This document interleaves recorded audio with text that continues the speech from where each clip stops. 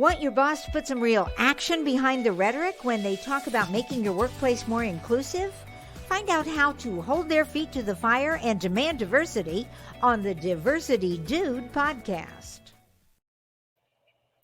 Hello there, and welcome back to the Diversity Dude podcast. I'm your host, Lambert Fisher, marriage and family therapist, award-winning author, and national speaker on the topic of multicultural awareness and diversity. And before we get started, it'd be good to mention that Minneapolis holds a special place in the entrepreneur and designer Houston White's heart. It's where you got to start. So whether it's launching the Get Down Coffee Company or his new Houston White for Target collection, Houston takes immense pride in giving back and inspiring those around him. Watch Houston discuss turning passions into reality and the importance of lifting up the community on Target's exciting new content series, Black Beyond, now playing on youtube.com/Target.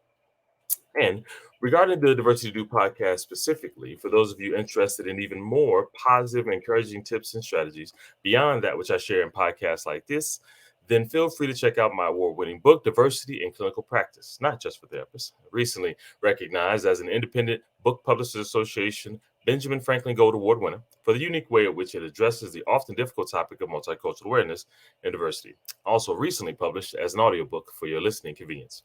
And I hope that no matter what your role or position may be, if you're a helping professional in any way, that you consider ordering diversity in clinical practice to help you learn practical and encouraging strategies for meeting the greatest variety of cultural needs possible for those whom you serve. And similarly, whether it be through my one-on-one relationship building efforts as a therapist or my informing and empowering efforts as an author and speaker, my personal mission is to do my part to improve the world one strengthened relationship at a time. So today, I want to talk to you about the voluntary risk of diversity conversations. As I mentioned previously, I've been a marriage and family therapist for about 20 years now. And for the past 7 years, I've had the pleasure of helping equip and empower my fellow mental health professionals in their efforts to meet the needs of individuals from a variety of cultural backgrounds. Over time, I've had the great honor to be invited then to take these positive and shame-free, these practical and non-mental health specific tips and strategies beyond the mental health field to equip educators, faith leaders, community leaders, corporate leaders, and more. And every once in a while, I'm asked by someone a similar question. Basically, why do I do it? It goes something like this. I say, Lambert, first, let me say that this was one of the first diversity trainings that I didn't hate or resent going to, which I say thank you. But then second, this is a very difficult topic that most people wouldn't touch with a 10-foot pole, considering it too negative or risky.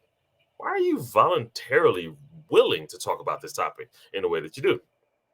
And now, when I hear this type of question, two things come to mind.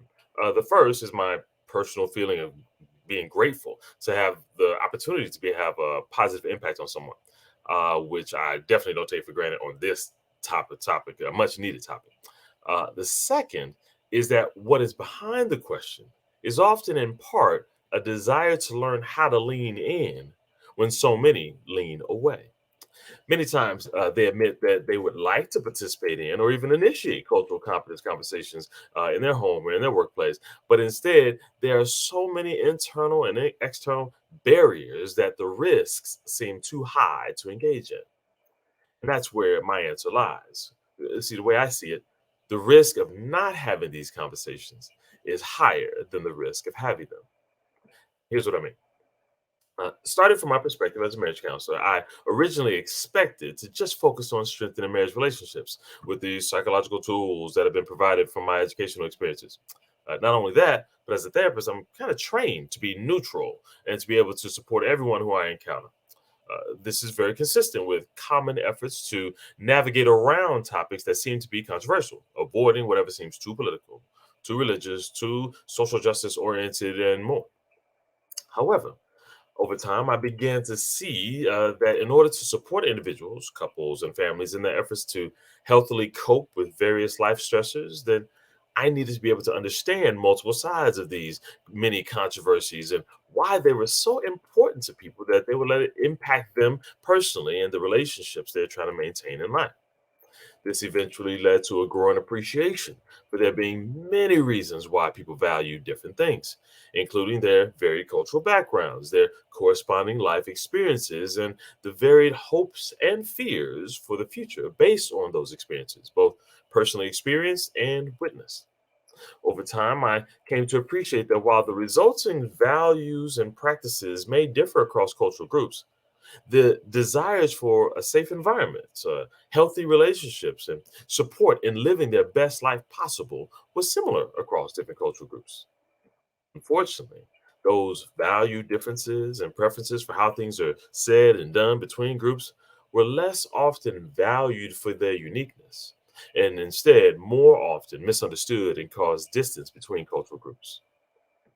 Now, seeing the need for clarification of misunderstandings and the step in as a step in the right direction for improved cross-cultural relationships, I expected to see my fellow mental health professionals taking the lead and doing what we do: clear up misunderstandings, teach healthy coping and relationship skills.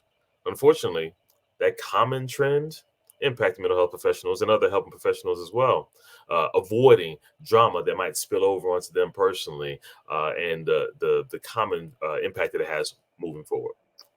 And this trend expanded far beyond mental health professionals. Many helping professionals in various different fields find themselves in a similar situation, genuinely torn between their desire to help others and their reasonable desire for self-preservation, not able to see how they can do both healthily.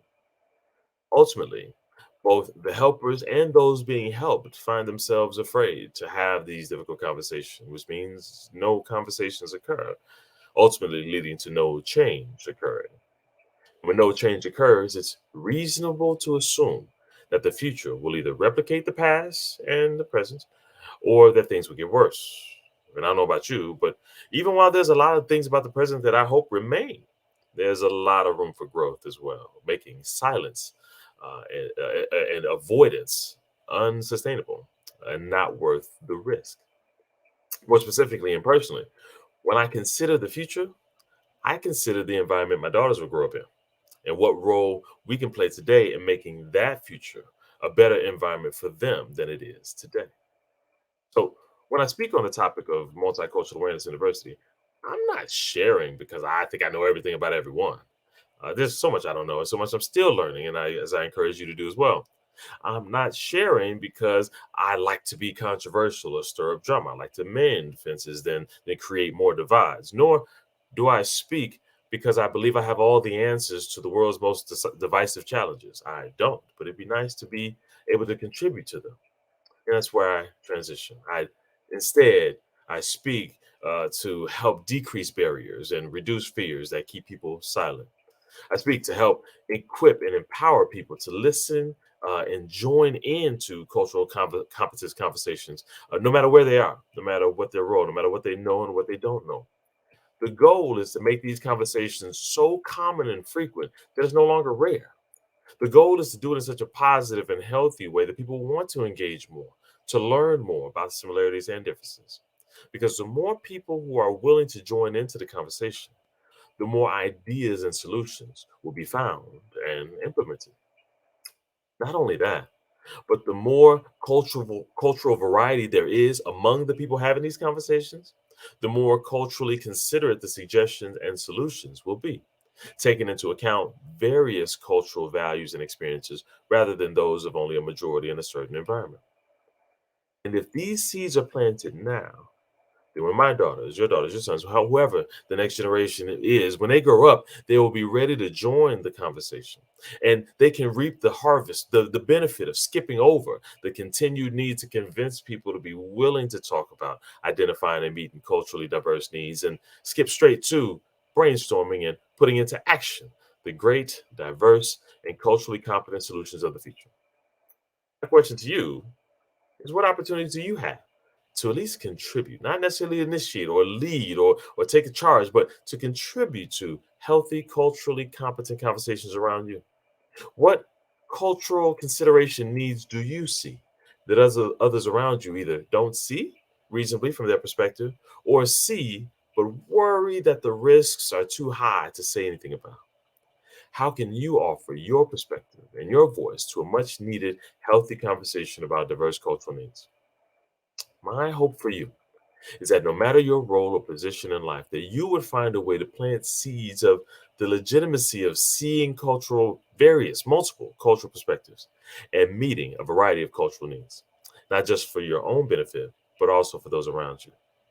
While it has the potential to benefit you and others in the present, it also has the opportunity to plant seeds that will create safe environments to build upon further in the future for those you care about, as well as for generations to come.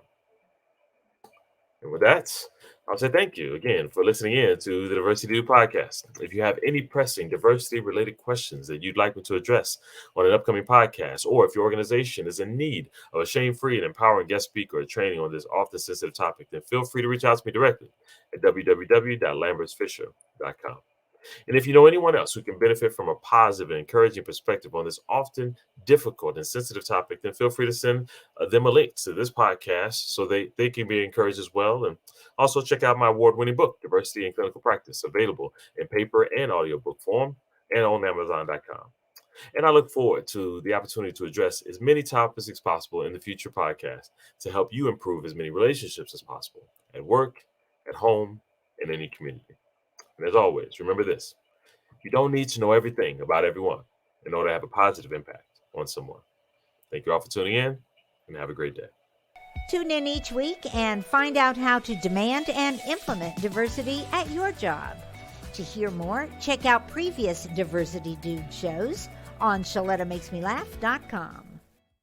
Get fast, reliable internet for any budget. Now qualifying customers can get Xfinity Internet free through the Affordable Connectivity Program. That's right, free high-speed internet from Xfinity. And Internet Essentials customers can get equipment included at no extra cost. Get started today.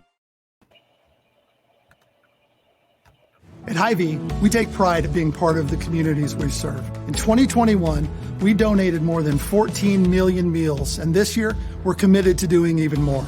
For over 90 years, we've been the place that people turn in time of need, and we take that very seriously. That's why we're loading our semis full of food this week and making deliveries across the Midwest to help families this Easter.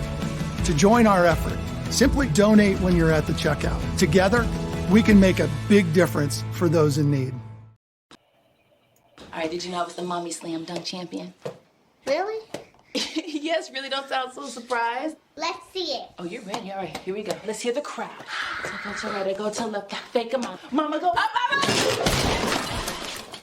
She did it. Again? You can't avoid gravity, but United Healthcare can help you avoid financial surprises by helping you compare costs and doctor quality ratings. United Healthcare.